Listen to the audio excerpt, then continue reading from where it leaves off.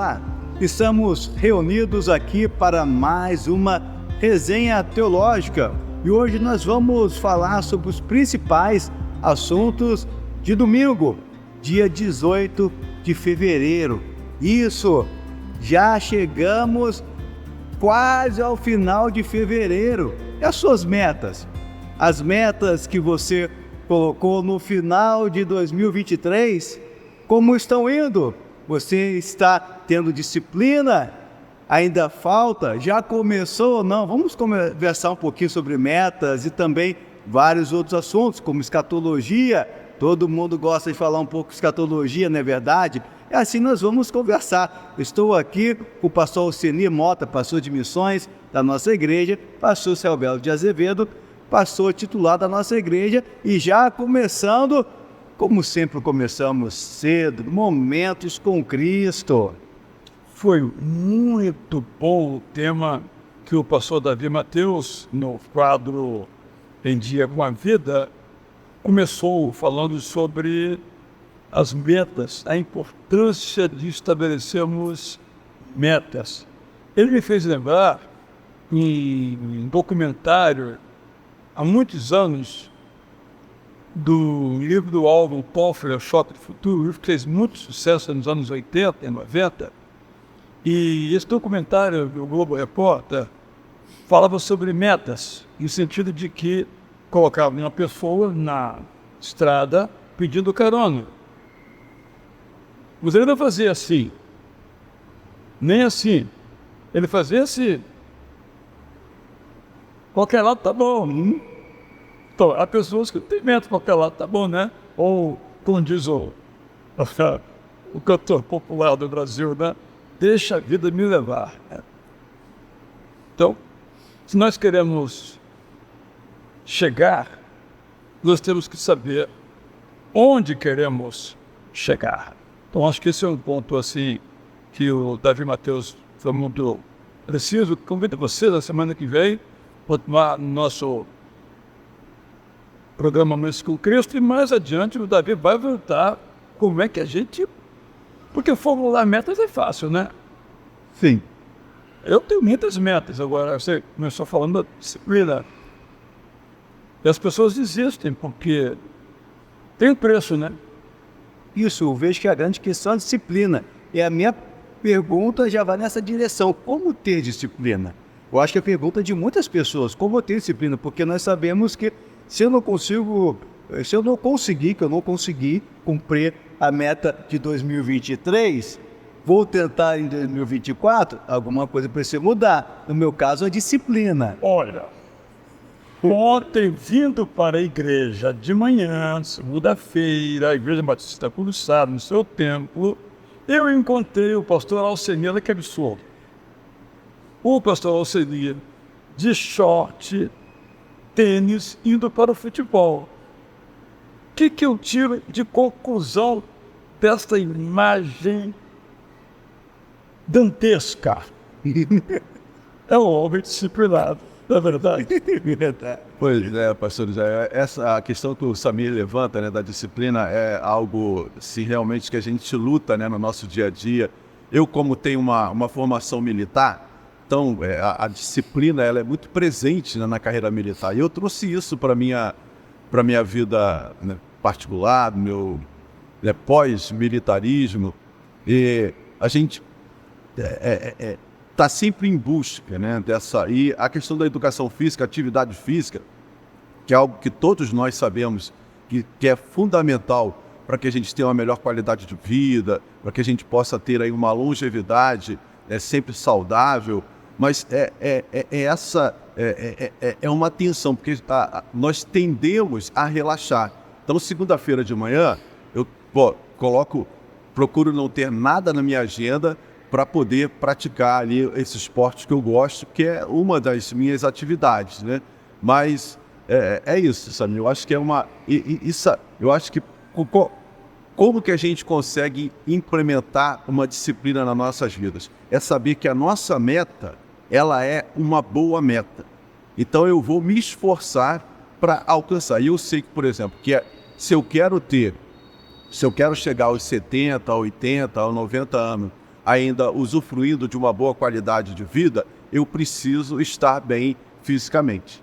Mas eu quero também falar o seguinte: isso era umas 8h30, 9 horas da manhã. Mas às 6 horas, eu já estava em atividade e às 7 horas eu estava na academia. Não é propriamente uma atividade física, né? Pilates, né? Mas é o que eu preciso nesse momento. Mas hoje, 6 da manhã, eu estava lá mandando o meu bom dia, amigo. O que entra? A saudação espiritual do Alceni, às 6h03 da manhã. O cara é disciplinado mesmo. Disciplinado, então precisamos ter disciplina para alcançarmos as nossas metas. Eu sempre me lembro dos seus 3 Ds. E é importante a gente sempre falar, né? Primeiro, que é desejo. Esse acho que todos nós temos, não é? Quando chegamos ao final do ano, temos vários desejos. E geralmente quem vem primeiro da lista é a qualidade de vida, né? Ou emagrecer, ou fazer o esporte, se alimentar melhor, o desejo. Mas daí vem a decisão. O terceiro, mais difícil, é disciplina. E tem também os 3 Cs, né? Começar, continuar e completar. Você sabe tudo a respeito. Eu acho que precisamos ter um 4º C. Comemorar. Eu acho que depois que completar, precisa comemorar. Você deu o 4º C. Isso aí. Mas parece que isso nos remonta a pensar na nossa vida aqui agora, como se a nossa vida fosse acabar aqui, né? Sabemos que não. Mas nós podemos viver aqui como um prelúdio do que realmente nós cremos que a vida celeste, a vida eterna com o Senhor. E sempre existem muitas dúvidas, pastor Israel, pastor Alcenir, a respeito da vida eterna e da volta de Jesus Cristo. Eu acho que a grande dúvida é sobre o tempo. Morri. O que acontece? Primeiro, depois. Eu acho que essa é a grande dúvida. Eu já resolvi pessoalmente esse problema. Nessas pessoas que não resolveram. Nem falei sobre isso no domingo, eu recebi indiretamente das mensagens sobre a vida eterna. Que é, na eternidade, não tem relógio. É difícil de pensar nisso, né? Na eternidade não tem primeiro, nem depois, nem em terceiro lugar. É a eternidade. A imagem que alguns autores usam, e um teólogo chamado Oscar Cullmann usou, que nós temos o tempo cronos, do relógio, e o tempo kairos, em que não se conta em minutos, ou dias, ou horas. Então, eu não tenho essa questão. Mas primeiro acontece isso, depois daquilo. Para mim, isso é totalmente sem sentido. Porque quando eu morro, eu entro no tempo kairos. E aí, mas primeiro é arrebatamento, depois é a destruição da terra. Eu acho que para mim isso não é importante. Por isso que eu não tenho esse tipo de preocupação. Eu acho que a outra questão, que é uma questão bastante delicada por questões denominacionais, é se nós podemos ter certeza da nossa salvação, ou seja, certeza que a nossa vida vai continuar e será eterna. Você acha, Alcenir, que eu posso dizer que tenho certeza que viverei eternamente com Jesus, ou eu preciso primeiro passar pelo julgamento final para dizer sim? Eu acho, Israel, e baseado no que a Bíblia diz, né, na interpretação bíblica, é que todo aquele que crê em Jesus como Senhor e Salvador da sua vida tem a garantia da vida eterna. Então, eu particularmente não tenho dúvida, né, com relação a essa questão. A Bíblia é muito clara, né? Efésios, Paulo também diz, quando vocês ouviram e creram na palavra da verdade, o evangelho que os salvou, vocês foram selados com o Espírito Santo da promessa e não tem como esse selo ser violado. Então a garantia de uma eternidade com o Senhor, ela está fundamentada amplamente na palavra de Deus. Mas eu fiquei assim, achei curioso, né? Assim, me chamou a atenção quando você falou assim, o pessoal quer que Jesus, a volta de Jesus, mas não agora, né? Todos nós temos, não, que eu gostaria que Jesus voltasse, mas depois de eu me formar, depois de fazer... E sabe, Israel, eu estava pensando sobre isso, né? E Paulo vai dizer, né? O meu desejo é partir e estar com Cristo. Ou seja, Paulo tinha esse desejo, né? Ele tinha essa confiança da eternidade, de uma vida eterna com Deus, e o desejo dele era partir. Mas ele, mas por causa de vocês, eu vou ficar mais um tempo aqui. E algo que, assim, se é um sentimento que eu gostaria que a volta de Jesus postergasse, Jael, é porque eu sei que muitas pessoas que eu amo e que estão ao meu redor ainda não têm essa segurança da vida eterna.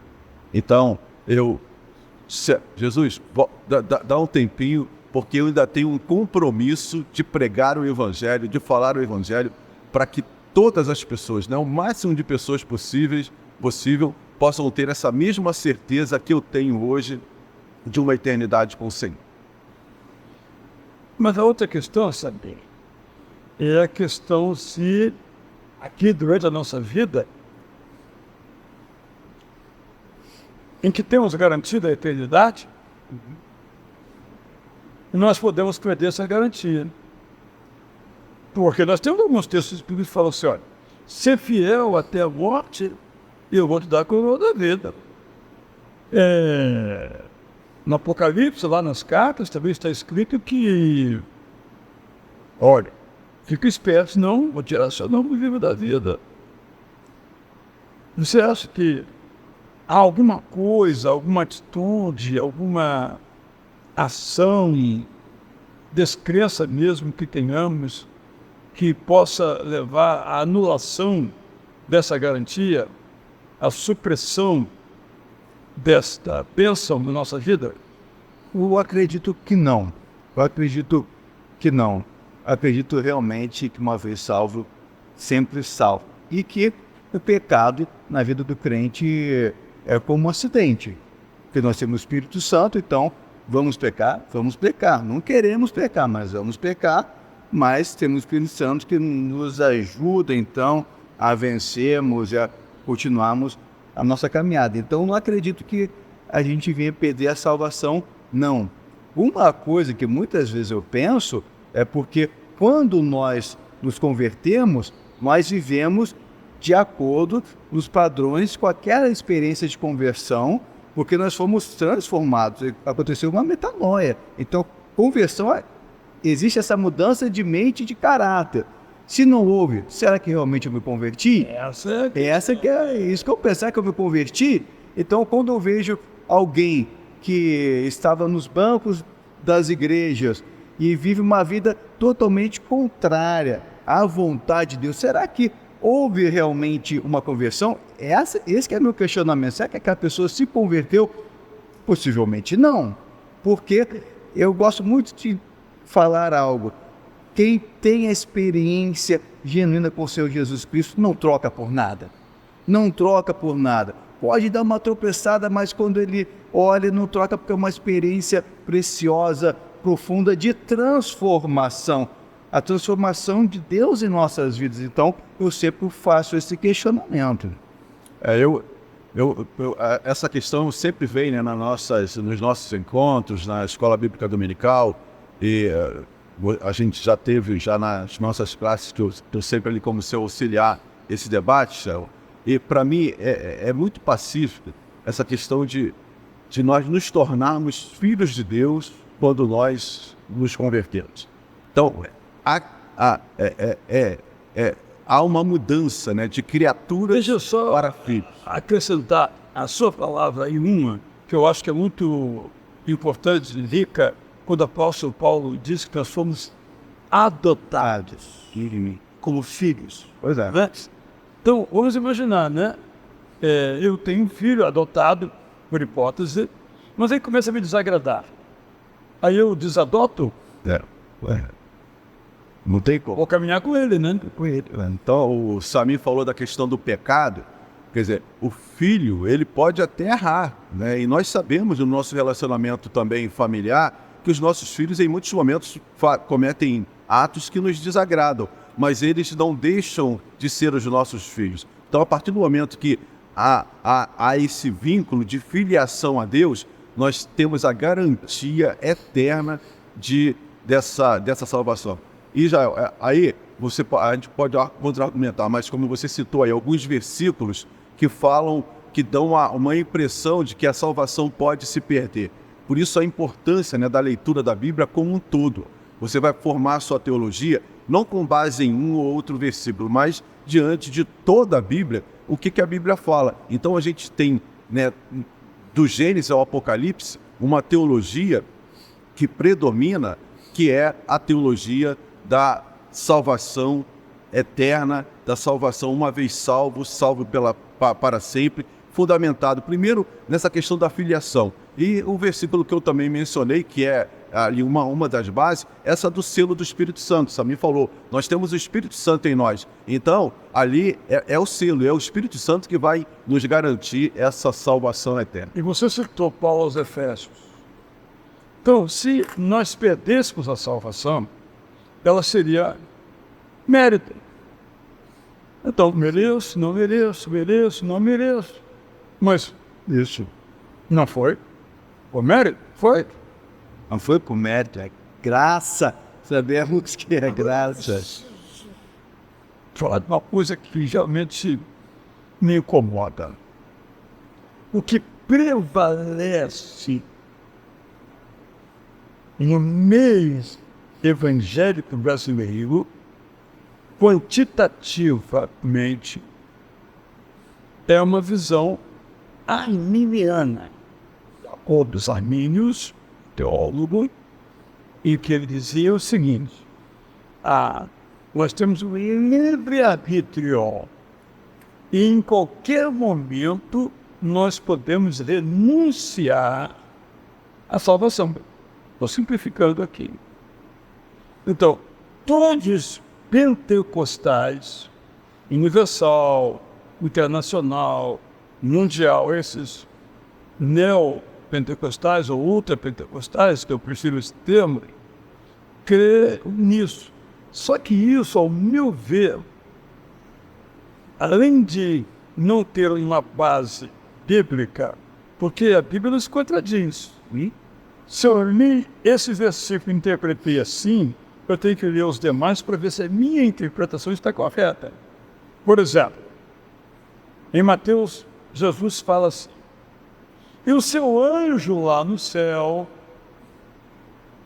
é um único versículo, e eu não posso derivar desse único versículo a ideia ou a doutrina do anjo da guarda, que é um versículo só.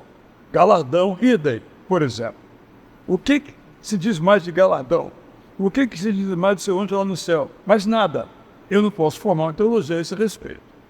Então, o problema é que essa visão, chamemos aqui de arminiana, gera muita culpa nisso. E aí eu fico pensando assim, né? Você que lida bastante com o tema aí da Cristolândia, em que alguns desses que estão ali internos vieram de igrejas, e algumas dessas igrejas são pentecostais ou ultrapentecostais, algumas também são batistas. Então, a questão aqui, a ideia, já que eu perdi mesmo a salvação, eu vou me largar no mundo, já perdi mesmo, né? Não há eu penso que a certeza da salvação, além dela mesma, é uma bênção tê-la. Totalmente, né? Por ela, pensou, vou viver eternamente com Jesus. E eu, vivendo agora, tendo essa certeza, é outra bênção. E essa bênção me leva, eu tenho que viver no compasso dessa graça. Eu tenho que ser alguém que essa bênção faça parte da minha vida. Santidade, fruto de espírito, alegria.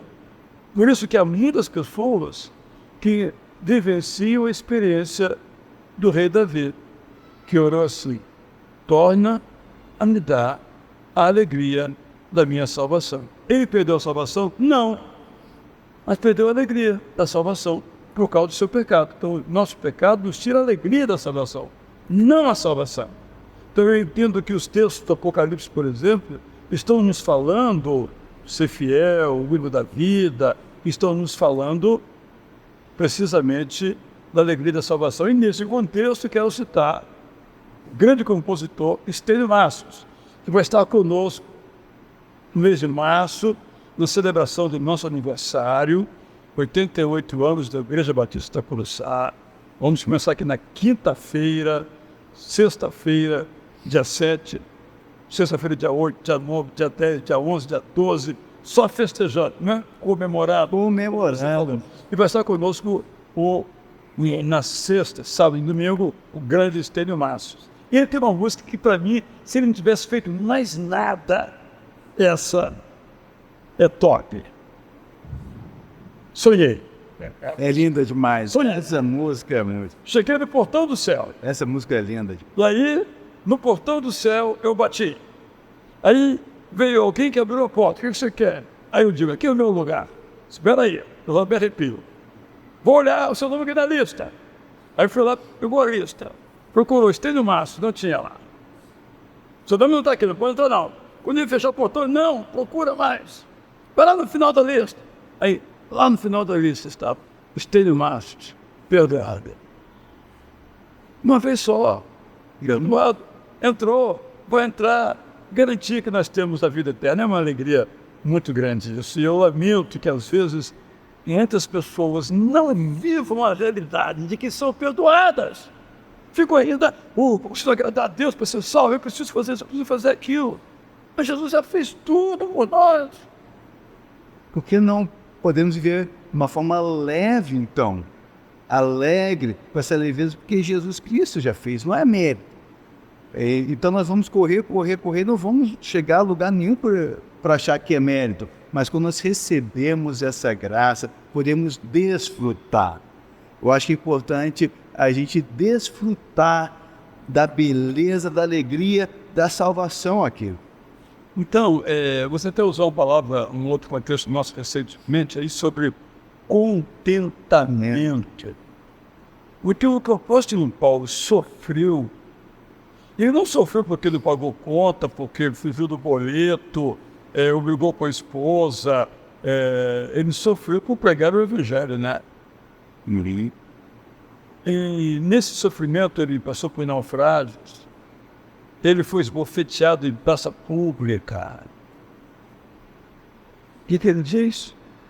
Tendo o que comer e o que vestir, estou feliz. Contentamento. Fala um pouquinho sobre ele. O que você tem por contentamento? Contentamento, né? Essa alegria que vem do Senhor, a alegria do Senhor é a nossa força. Então, o contentamento é, apesar da circunstância, eu tenho alegria em Deus. E eu creio que para isso é importante uma mudança na nossa teologia, que tudo nós temos porque Deus já nos deu. Deus nos garantiu. E se eu olho para a cruz e vejo que meus pecados já foram perdoados, que eu já tenho a vida eterna, que o Senhor já me garantiu, me deu mais, o que é mais importante, eu vou passar por sofrimento. Sofrimento faz parte da vida. Sofrimento aqui, essa vida é repleta de sofrimento. Mas para além do sofrimento, essa alegria, a alegria da salvação, a alegria na certeza que Deus está comigo no sofrimento, que Ele caminha no sofrimento. E aquele que viu o seu filho sendo crucificado em meu lugar, e o sofrimento ali da crucificação, ele olha para mim, ele caminha comigo. A alegria em saber que ele já fez todas as coisas. A gente sempre pensa na morte, né? Mas eu posso ter alegria mesmo diante da morte? Sim. Posso ser um pouco exagerado, pastor? Talvez uma das maiores alegrias, porque a gente logo depois vai estar de frente com Deus Todo-Poderoso, no lar celeste, aonde Ele já cuidou de tudo. Jesus falou, quando eu vi aquela passagem, Jesus falando, eu vou preparar um lugar para vocês. Maravilha. Eu vou preparar um lugar para vocês. Quando a gente recebe alguém lá em casa, eu lembro na casa dos meus pais, a gente arrumava o quarto, botava o melhor lençol. Tinha o lençol das visitas lá em casa, o melhor lençol das visitas, bonito. A mãe fazia aquela limpeza, geralmente era no meu quarto do meu irmão, que tinha 2 camas ali, fazia aquela limpeza. E a comida, né? A melhor comida, eu que dava o cardápio. Essa é a minha alegria, porque eu que dava o cardápio. Eu falava, olha, Gordo não tem jeito. não tem jeito, né? Eu falava o seguinte, olha, eu acho que esse irmão, que esse pastor, esse missionário, essa missionária, deve gostar de lasanha, mãe. Olha, tem cara que gosta de lasanha. E a gente faz o melhor, prepara a casa o melhor. Como Jesus preparou para a gente, hein? Os céus. Ele mesmo foi preparar um lugar para a gente. Bom, e aí nós tivemos uma experiência muito rica aqui também às 17 horas, né? O nosso César Albert, que participou, César Albert participou de todos os cultos, né? Foi muito bom. E no culto das 5 conversamos um pouco sobre música, foi muito rico, né? Porque nem tudo que é antigo é bom e nem tudo que é novo é ruim. O antigo pode ser bom ou ruim, e o novo pode ser ruim e pode ser bom. Né? Eu acho que esse é o... Nós temos que buscar essa diversidade, música que Deus sai exaltado, né? E a nossa esperança sai renovada. Eu acho que tem que ser essa sempre a nossa meta. Depois, então, estou aqui correndo, porque o tempo não é assim tão elástico, o ponto das 19 horas. Eu dei um tema à mensagem, mas eu não desenvolvi realmente a mensagem. Vivendo simplesmente, né? Tenho dado essa ênfase há muitos anos, nos anos 70, o chamado movimento de Lausanne, liderado por Billy Graham. E aqui eu quero só fazer uma breve menção, feedback, flashback, que houve 2 grandes pregadores ao tempo de Billy Graham. Ele e um outro que os nomes não vou citar. E esse outro grande pregador se tornou, amigo que era Billy Graham, se tornou ateu. E a vida inteira o Billy Graham rolou por ele e o visitou. Ele se tornou ateu e possivelmente ter morrido ateu. Mas será que de fato um dia ele creu? As evidências são que não. Né? Mas é só um ponto que eu acho que é importante, porque Billy Graham é uma pessoa que teve uma biografia irretocável. Né? Então, voltando aqui ao nosso tema, eu tenho preocupado como nós nos deixamos influenciar. Né? Falamos aqui um pouco sobre isso. Você não tem carro, você não tem carro, eu tenho um carro antigo, eu não sei velho. Qual a importância disso? Então, fulano de tal, quem tem um carro vermelho, novo, olha a importância disso. Mas a gente, sabe, a influência é trágica. Nós temos que realmente, aspas, nos matar, entre aspas, por aquilo que tem valor eterno. Cara, dinheiro, fama, prestígio, mas é muito difícil. Sobretudo as novas gerações, mas os mais antigos também, como a gente não ser levada por essas perspectivas, não é? Porque vai passar, né? Vai passar. Passou o senir. Como que a gente pode focar, então, naquilo que tem valor eterno? Como que a gente pode trabalhar nesta vida aqui, vivendo de uma forma simples, como o tema do sermão, naquelas coisas que verdadeiramente têm o valor, e o valor eterno? Pois é, Samir, eu acho que não é por falta de conhecimento bíblico que a gente erra, né? Você tem um dos versículos mais conhecidos da Bíblia, diz: buscai primeiro o reino de Deus e todas as outras coisas vos serão acrescentadas.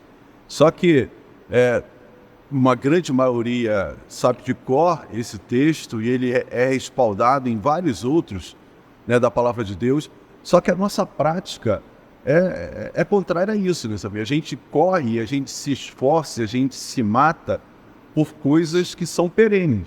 É fato, é só você olhar para a sua vida, né? Então, desde de novinho, a gente é orientado e impulsionado nesse sentido, mas por outro lado, Samir e Israel, eu sempre fico impactado, impressionado com pessoas que realmente largam tudo. E a história missionária está repleta, né? E você sabe mais do que eu, né? De pessoas que realmente renunciaram ao mundo com um objetivo: pregar o evangelho, de buscar o reino de Deus.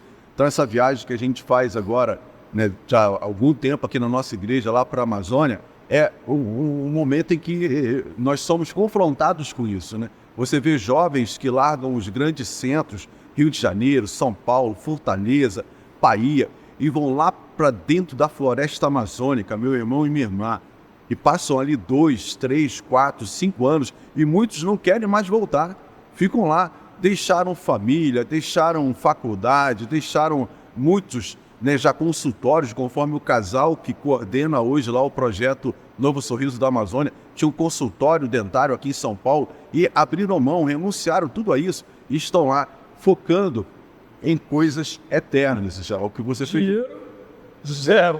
Isso. Você fez muito essa comparação, né, em coisas perenes e coisas eternas. Então, é essa tensão que a gente vive, Samir, e que aquela questão da meta, né, você ter como meta, né, eu vou buscar coisas eternas na minha vida, eu vou trabalhar por coisas eternas. É algo que tem que estar sempre no nosso radar e, inclusive, aproveitando, nós começamos hoje, retomamos hoje, né, o caminho da espiritualidade que nos inspira e que nos alerta a estarmos sempre com esse foco, sabe, Samir? Né? Buscar as coisas espirituais, crescer. E começamos hoje a leitura da Volta do Filho Pródigo, de Henry Nouwen, que é uma obra-prima, né, em que o autor se depara com um quadro de Rembrandt, né, da Volta do Filho Pródigo, e ali no seu vazio interior ele vai em busca, né, de se encontrar ali nessa história tão famosa ali do Novo Testamento. Alceni, sobre isso, eu estou vendo se eu acho uma foto aqui da Volta do Filho Pródigo do Rembrandt. Eu acho que vale a pena a gente mostrar aqui para o nosso pessoal. Mas aqui está a foto, vou mostrar aqui, não está no tamanho bom, mas o tamanho, até virar aqui, no tamanho possível, né? Esse aqui é esse quadro admirável, né? Admirável, que está na Rússia, lá em São Petersburgo, entre os meus projetos. Um dia ir lá ver esse quadro, mas só que alguém que já foi o seguinte, 15 segundos passou, porque a fila é grande, né? Mas o Nouwen conseguiu uma licença especial, você botou uma cadeirinha, sentou lá em frente ao quadro, ficou ali observando e escreve esse livro notável. Mas daí eu quero só pegar esse pontinho aí, que é o seguinte: como não ser o filho pródigo? Isto é, como não pegar o meu dinheiro e gastar e ser feliz? Porque todo mundo pega o seu dinheiro e gasta e é feliz. Como é que eu vou ser diferente? Como é que eu não vou ser o filho pródigo? Essa é a nossa tendência, né? Tendência é querer ganhar mais e mais dinheiro, ter mais e mais poder e poder, como muitos dizem, né, curtir a vida. A questão toda é esse valor que a gente dá, ou essa interpretação do que é curtir a vida, né? Eu vou aproveitar a vida. Eu recentemente fui fazer uma visita de um filho de um missionário que já estava aí com uma doença muito grave e coisa e tal, e que a história mais ou menos é por aí, né?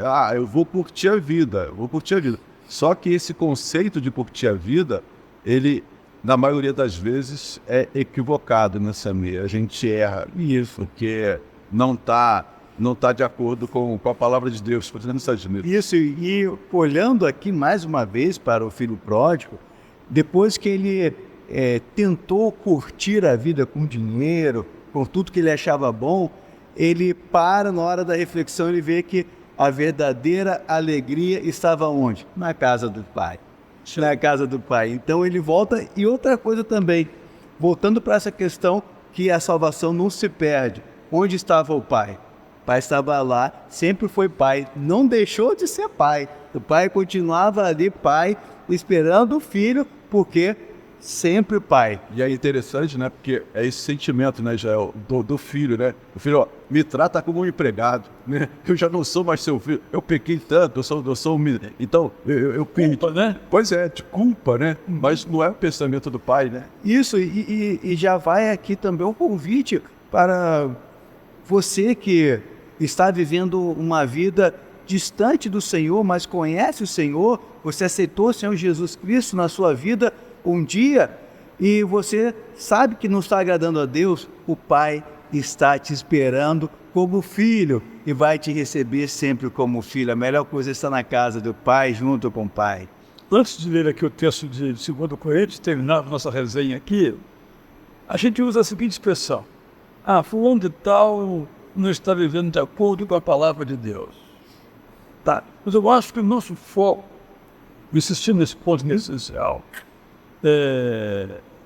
quem não vive de acordo com a palavra de Deus não é feliz.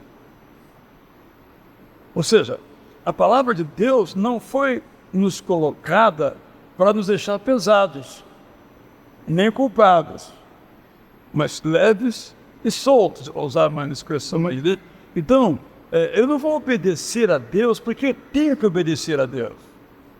Eu vou obedecer a Deus porque quem colhe as bênçãos sou eu. A bênção da obediência não é para Deus, é para mim, né? Eu acho que às vezes a gente perde essa perspectiva. Por que eu vou fazer o que é certo? Eu vou fazer o que é certo porque fazer o que é certo é bom. É bom para mim, inclusive.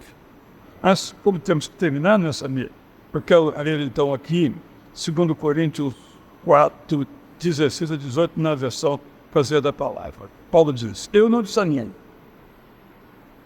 Mesmo que meu corpo adoeça, meu espírito se renova a cada dia. Pegando aqui a orientação do pastor Samir, talvez você seja desanimado. Lutas, unidades. Mas se você estiver em amizade com Deus eterno, você vai ter uma força interior, do Espírito se renova, minha força, meu favor. Estou certo, aqui do apóstolo Paulo, que os nossos problemas são leves e logo serão resolvidos. Enquanto isso, o Deus eterno trabalha. Você falou de Jesus preparando um lugar no céu, né? Para nos dar um incomparável futuro, um futuro de duração eterna. Nós temos que colocar essa ideia da eternidade dentro da nossa alma, que é coisa diferente. O importante é que vivamos tendo em mente as coisas que não vemos, nunca agarrados às coisas que vemos. As coisas que vemos são passageiras, mas as que não vemos são eternas. Ore e terminamos. Amém. Pai Santo, nós agradecemos por esse tempo de comunhão, de reflexão da sua palavra, e pedimos a sua bênção para cada pessoa que está conosco agora, cultuando conosco. Nós te agradecemos pela vida de cada um. Que agora então o seu amor, tão grande amor, maravilhosa graça salvadora, Jesus Cristo, as consolações do Santo Espírito com todos estejam hoje e para sempre. Amém.